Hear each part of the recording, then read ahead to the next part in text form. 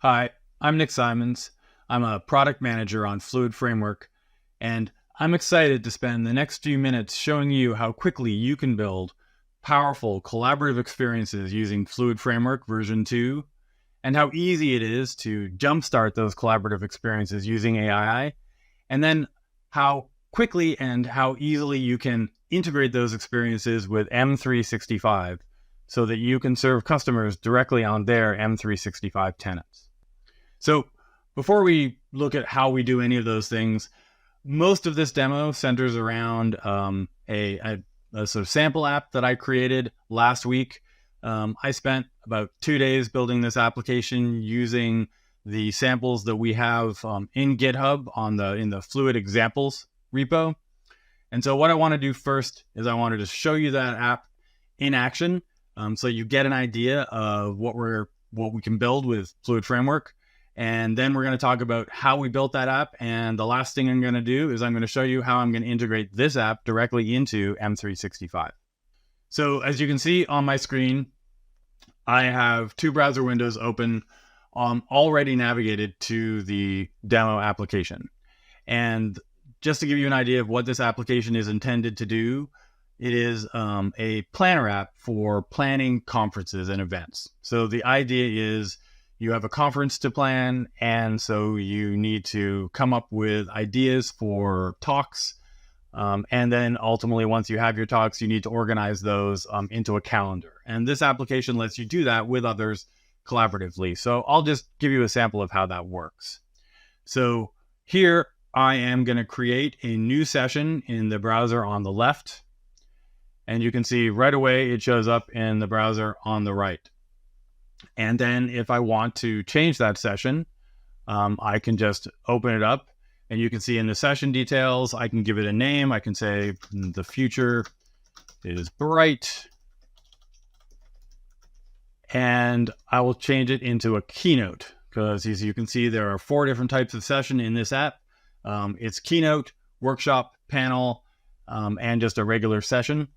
And also what you can see is someone else is already in this session with me. So my colleague Cash is sitting in his office in New York. I'm in Seattle. And he's also joined to this session, and he's updated it for me while I was doing this. So I'll just go ahead and close this, and then I'm going to just maximize this window, and I'm going to add some days. So I'll add, it's a 3-day conference. So we'll go 1, 2, 3. And then the idea is that you can create more sessions, and then you can start organizing them into days. And this can be done by multiple people at the same time.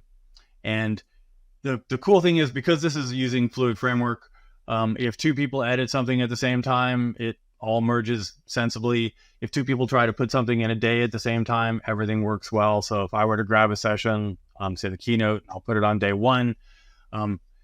Cash in New York can also be putting sessions here into the calendar. Okay, so you can see that it's collaborative, and you can see Cash is working as I'm talking. But there is another way we could get this done much more quickly. So typically, if you're building a session like this or a conference like this, you would need to put a call out for sessions to lots of people. You need to come up with ideas. You come up with a theme. It's very labor intensive. But with AI, we can potentially jumpstart that whole process. So instead of spending all that time, I'm going to get rid of all the content that is here. Okay, so I've cleared all the sessions, and now I'm going to use an AI prompt. And I've already got a prompt in place. And so what I'm asking for is 4 sessions for a conference on AI. And I'm asking for 2 keynotes, 3 workshops, 4 regular sessions, and 3 panel sessions. So I'm just going to ask the AI to create an AI conference. And I've just sent that query off to a ChatGPT service that I have integrated with this application. And now you can see it has come up with a bunch of ideas. So we'll just add the 3 days of the conference in. And essentially, the really cool thing here is we actually got exactly what we asked for. So we got the 2 keynotes, We got some panels, we got some sessions, and you can actually look. So if I actually look at, say, this workshop on day 3, you can see that not only did it give us a title, it also gave us an abstract, and it understands the difference between a workshop and a panel. If I look at a workshop, it talks about doing something very hands-on. If I look at a panel, it'll talk about a group of people giving a talk. So the AI actually is extremely effective at creating content. That's the application. Now let's spend a little bit of time talking about the actual platform that this is built on, Fluid Framework. So I'm going to spend just very quickly talk about what Fluid Framework is, and then we'll get into the details of how we actually built this application. Fluid Framework is a platform designed to make building collaborative applications much simpler than it has been historically. And several applications within Microsoft, like Microsoft Loop and Microsoft Whiteboard and Microsoft Power Platform, leverage Fluid Framework today to bring collaboration to those experiences. Applications like Microsoft Loop are completely built on the Fluid Framework. Fluid Framework is designed to use regular web technologies so that if you're a front-end web developer, the coding patterns are going to seem very, very familiar. And ultimately, it basically is just made up of TypeScript client-side libraries and then a sort of general purpose service endpoint that you can use for multiple applications. And Fluid Framework is open source, so you can trust that you'll always have access to all the code and it will never disappear on you. So that's a description of what Fluid Framework is, but it doesn't really explain why you would use Fluid Framework. I think to really understand Fluid Framework, you need to understand what it takes the place of. Because what Fluid Framework does is it combines your data model with a real-time collaboration system and a file I/O stack. So what this essentially means is that if you model your data using the Fluid Framework, and Fluid Framework version 2 makes that extremely easy, and I will show how that works in a second when we talk about the demo app. But if you create your data model using the Fluid Framework, then anytime you change a data structure in that data model, it is automatically synced with all of the clients that are connected to the session. Further, anytime you update your data model, it's automatically persisted to your persistent storage. This means you effectively don't have to build all that infrastructure for real-time collaboration or file I/O. It's baked right into the Fluid Framework. Now, we do have partners who use Fluid Framework to just do some of these jobs. So for example, if you want to use a database for your source of truth and you don't want to use Fluid data, then you just write an adapter layer that translates the Fluid data to your database. Or if you already have a front-end application that has its own data model, you can write an adapter layer between the Fluid data structures and the Fluid data structures the non-Fluid data structures you already have in place. So you have options, but ultimately, if you're building an application from scratch, the simplest way to do it is to use Fluid to actually model your data, handle all your real-time collaboration, and handle your file I/O. And that's what the demo application does. So I don't want to get into any real technical detail, but I just want to give you a very high-level idea of how the Fluid Framework actually works. So essentially, there's a client library that runs in every single one of the Fluid clients. And that client library is responsible for sending changes to the Fluid Relay service. Now, all that Fluid Relay service does is it stamps that change with a sequence number so that all of the changes are sequenced, and then it broadcasts those changes to all of the clients. And it's actually the clients that are responsible for handling all the merging of changes. So there's no complex server merges happening. All the merges are happening in the clients. This means the service is extremely lightweight. It means it's general purpose, and it means everything moves between clients extremely quickly. So when you're thinking about setting up a Fluid application, all of the really hard work, the heavy lifting, is happening in the client application using the Fluid Framework client runtime. And the service is actually interchangeable. And I'll talk about the different service options that Microsoft provides next. So Microsoft offers two service options for a Fluid Relay. The first is Azure Fluid Relay. It is an Azure-based service that you use like any other part of an Azure offering, which essentially means that you use your Azure subscription to get the service. And then what you get is something that has all of the compliance and security that you'd expect from an Azure service.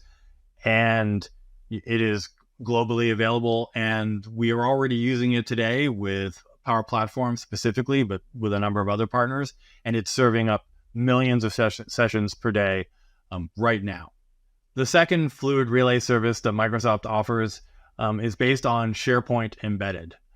SharePoint Embedded allows you to use your customer's M365 tenant to power your Fluid Framework powered application.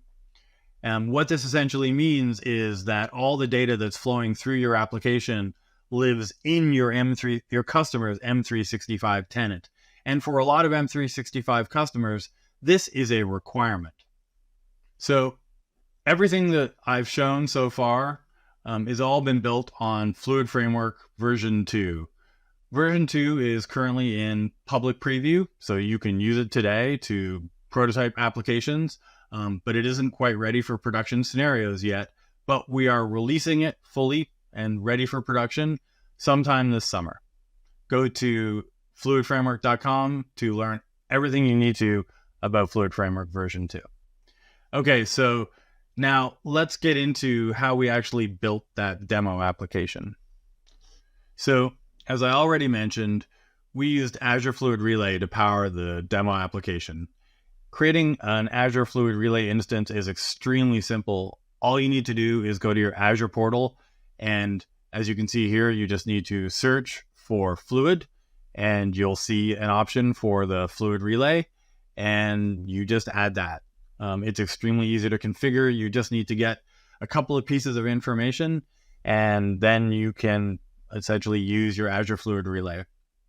You will need to create a service to manage secrets, and ultimately for more sophisticated applications, you will need to create a service that helps you manage user permissions and things like that. That's not built into the Azure Fluid Relay. It uses JSON web tokens to manage permissions, and you need to be able to create the right kind of JSON tokens for your permission system. This is one of the big differences between Azure Fluid Relay and SharePoint Embedded, because SharePoint Embedded is able to use the M365 Entra options for managing permissions, whereas with Azure Fluid Relay, you will need to bring your own authentication and your own permissioning systems. So what I want to do first is I'm just going to quickly show you the project, and then I pulled out some specifically relevant code that I'll walk through in more detail. I just want to walk you through the planner application. As I already mentioned, this is built on one of the samples from the Fluid Examples repo that is available in GitHub. You can go and check that out, and you can find links to all of that on fluidframework.com. And essentially, what I want to show here is there are a bunch of folders like infra and utils that you really don't need to touch. That's all of the stuff in there is the code that connects you to Azure Fluid Relay, and I'll show later also to SharePoint Embedded. That code is going to be the same for pretty much any application, and I didn't have to touch any of that code when I created this app. Primarily what I needed to do was I needed to change my schema. And so I needed to actually go in and create application schema, which basically looks a lot like a TypeScript object model. And I'll get into more detail on this in a second. But essentially, I created the objects and the arrays that I needed to build up my data structure. And then I'm able to use those in the React app that I created. And all the React code is in this React folder. And so the Fluid Examples demos have a very similar structure to this. And so if you want to build a React app, you're pretty much ready to go. So with that, I'm going to actually jump into some slides that call out specific code that it's a little bit easier to talk about. So when you're creating a Fluid Framework application using Fluid Framework version 2, you're going to be using a data structure that's called a shared tree. Now, the idea with Fluid Framework is that there are these data structures called distributed data structures, or DDSs for short. And the thing that makes these data structures so powerful is anytime you update these data structures, the changes replicate in every single client. And essentially, the client watches for the events, and then you can update your model or your view as appropriate.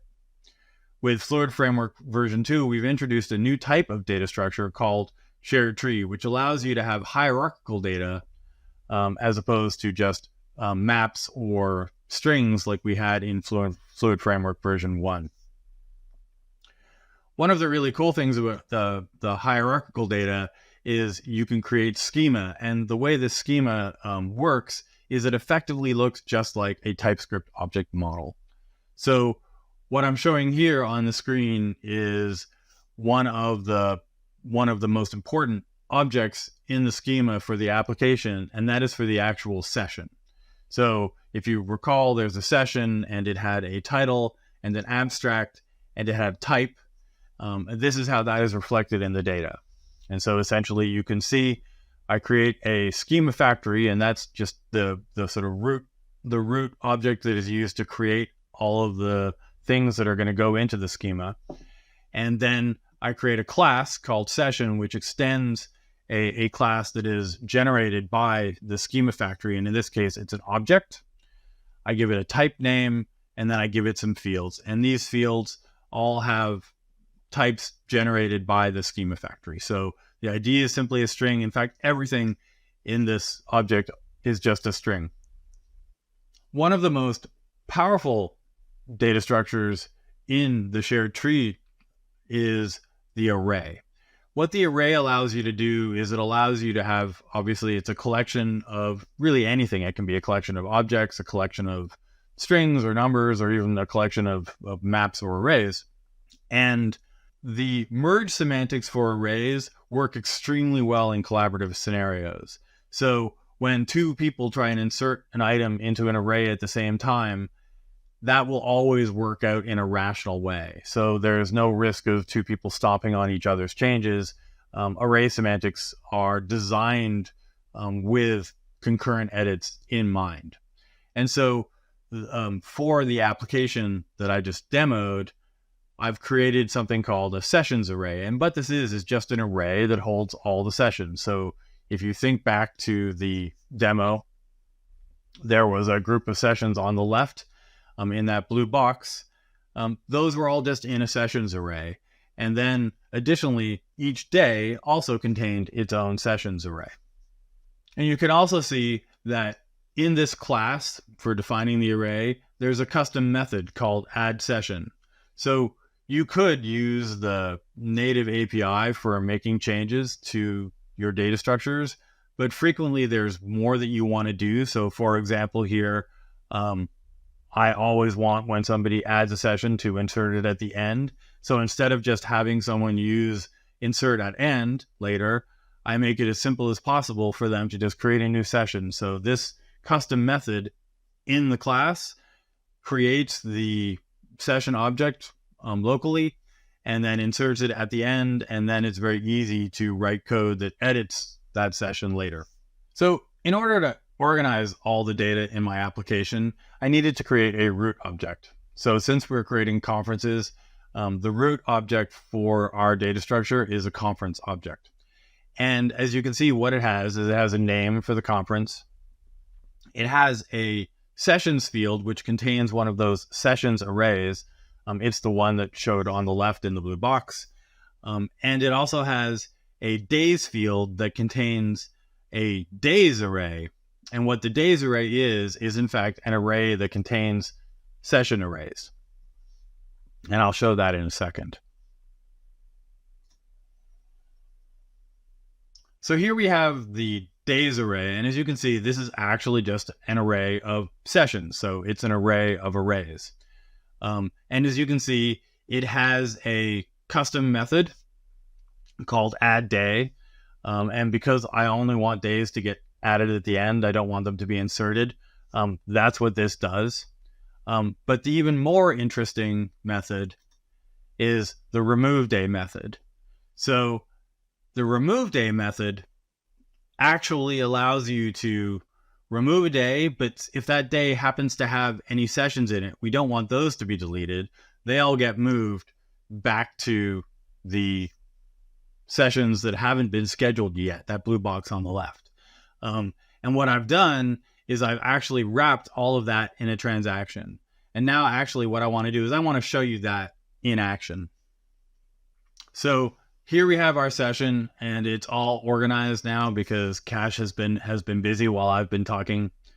And so we have our conference, and what I'm going to do is I'm actually going to remove one of the days, this day here that has all of this stuff in it. So I'm going to remove that day, and now it's moved everything into unscheduled. Now, if I realize, oh, that's a mistake, I've just undone all of Cash's work and I want to get it back, not a problem. Because it's in a transaction, I can just hit undo because we have support for undo, and it's back exactly as it was. Even though that change actually was multiple changes because I was moving 4 different things plus deleting the day, it is all handled as one atomic unit. Okay, so that's the schema. Now let's take a look at how we actually use objects that come from that schema in our React app. So you can see here, this is the root component of our React app, and we're just passing in a tree view object, which effectively is the representation of our shared tree. It has a root type of conference, and with this, we are able to build all of our different React components. Now, in order for us to notice any changes to the tree, we do need to set up an event handler.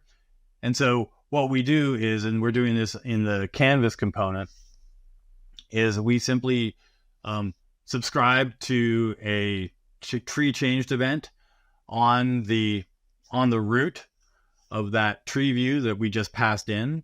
And then anytime something changes, we just tickle the React virtual DOM using this invalidations and set invalidations use state. This pattern it works. There are other more sophisticated ways to do this, and you can have more granular events so that you can have an event for every node if you want that. But for an application this simple, you really only need to watch for changes on the root. And also what you can see here is we have a component specifically for session details. And I just want to show here how easy it is to change the data. So essentially here, we're setting the value of a field in this component to the value of the title of the session. And anytime somebody wants to change it, all we're doing is we just hook the onChange event and we just update it. That actually means it shows up like real-time typing in the application because every single keystroke generates a change.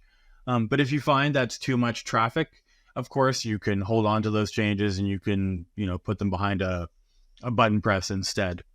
So one of the most interesting things about using arrays is arrays support the concept of an atomic move. So what that essentially means is it's extremely easy to move items around in your application. So I'll just quickly show what I mean. So in the application, if I want to say swap around these 2 keynotes, I can put this keynote on day 1 like that. And now it's indicating to me with the red that there's too many sessions that day, but not a problem. Now I move that keynote to day 2. And if I want, I can grab this workshop and put it back in unscheduled because I've decided I don't like it anymore. All of those changes are handled with a very simple chunk of code because I am able to move stuff around between arrays using the move method. So to make life a little bit simple, I wrapped the move method in a custom move utility so that it handled things a little bit more easily for me.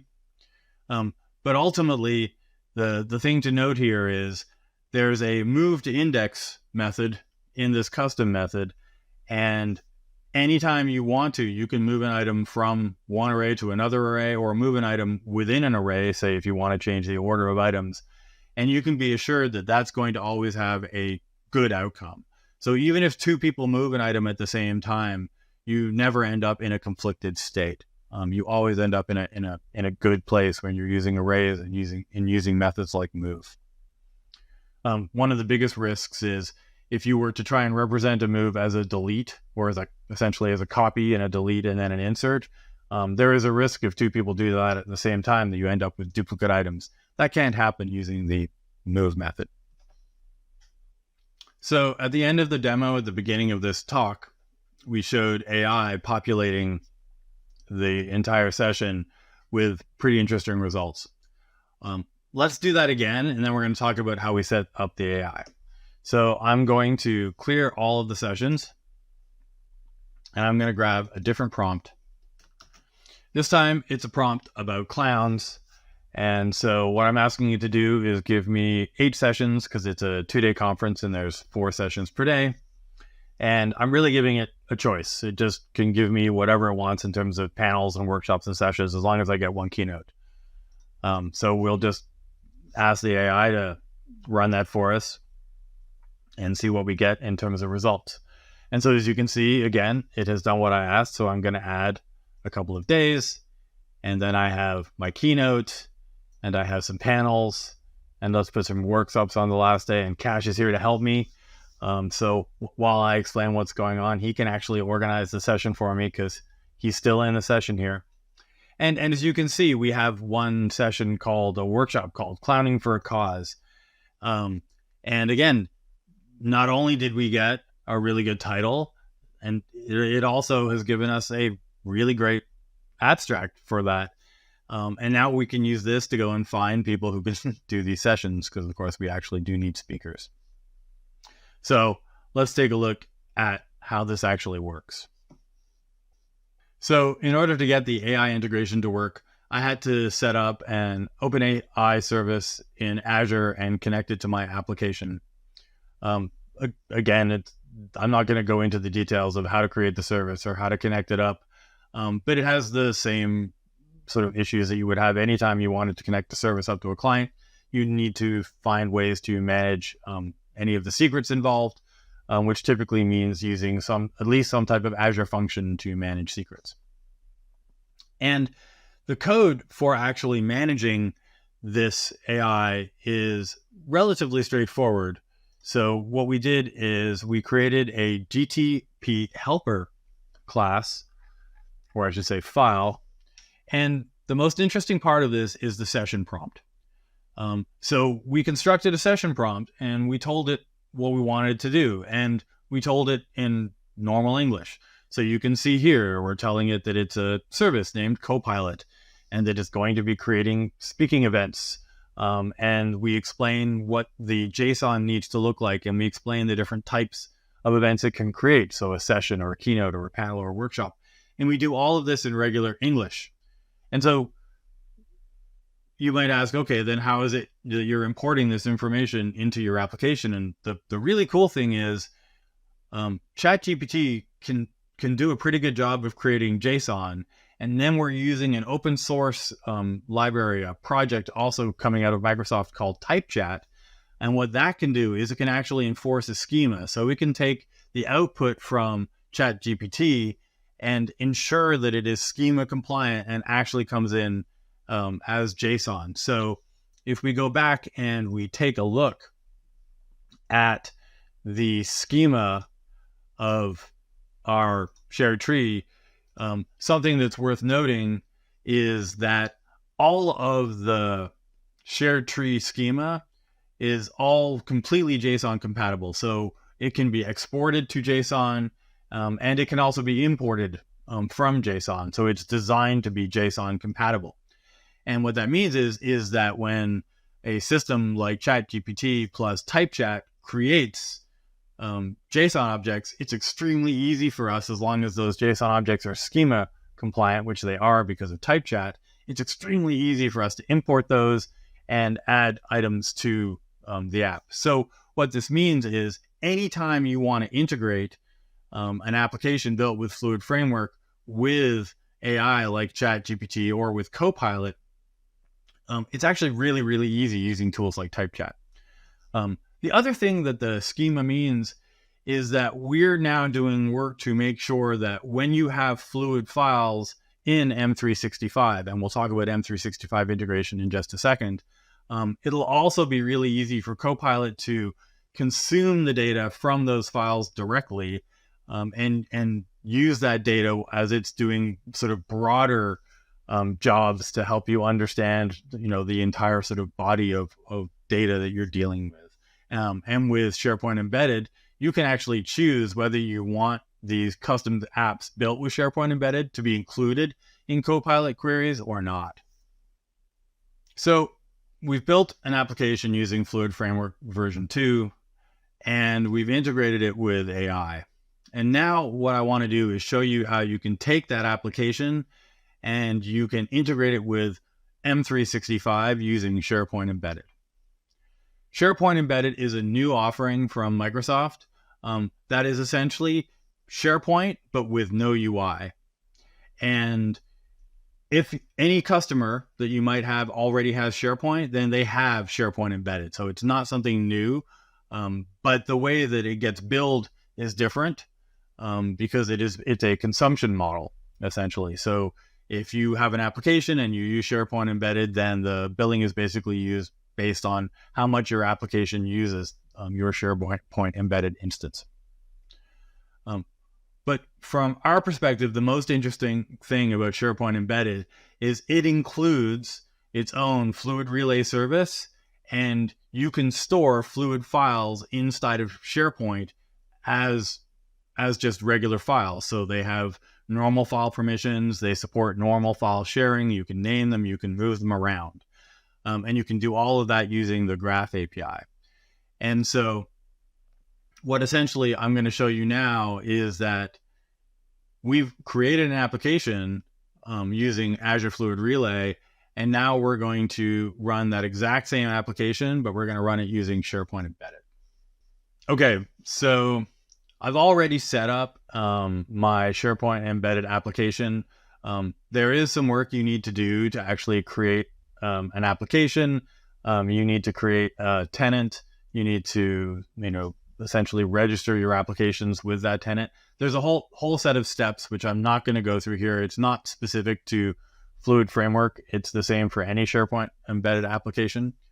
But what I have done is I have included the code necessary in the Fluid examples so that when somebody signs in with the right type of identity, an identity for that client, then we can simply use that signed in user's user token to get the information necessary to get access to the tenant and figure out where the SharePoint container actually is. And so what I'm going to do here is I'm actually just going to go ahead and I'm going to run the same app without touching code at all. So this is no different than what we have been using up till now. I'm just going to go ahead and build this application using the SharePoint Embedded code path instead of the Azure Fluid Relay code path. And again, they live side by side in the same application. And it's important to note that none of the code in terms of the data access, the real-time collaboration, even the file I/O, none of that changes when you use SharePoint Embedded versus Azure Fluid Relay. The only part that's really different is you need to use different auth code, and you will need to use some Microsoft Graph API code to do things like figure out where the actual tenant is. But there are examples of all of that in the Fluid Examples repo. Okay, so it's finished building, and now what I will do is I will actually just go to localhost because this is running locally, but it is the client application is running locally, but it is actually using SharePoint Embedded as the Fluid Relay service. So you can see it's signed in, the user, and it's connected. And so to demonstrate how cool this is, I have another browser with a different profile. And what I'm going to do is I'm going to grab this URL. And on this URL, there's a massive amount of information. There are clearly better ways to do this. But what that is a share ID. And I'm not going to go to a browser. This user does not have permission to the file. But with this share ID, I actually have written some simple Graph API code that takes the share ID and actually uses this user's credentials to go and get permission to that file. So now these users are editing the same file. And just to prove it, create a session over there. You can see it's over here. If I add a day, that day is there, etc. And of course, the AI stuff still works. So thanks everyone for watching. I hope you learned something. I hope you found something really interesting. If you want to learn more at all, please go to fluidframework.com and check us out. Thank you.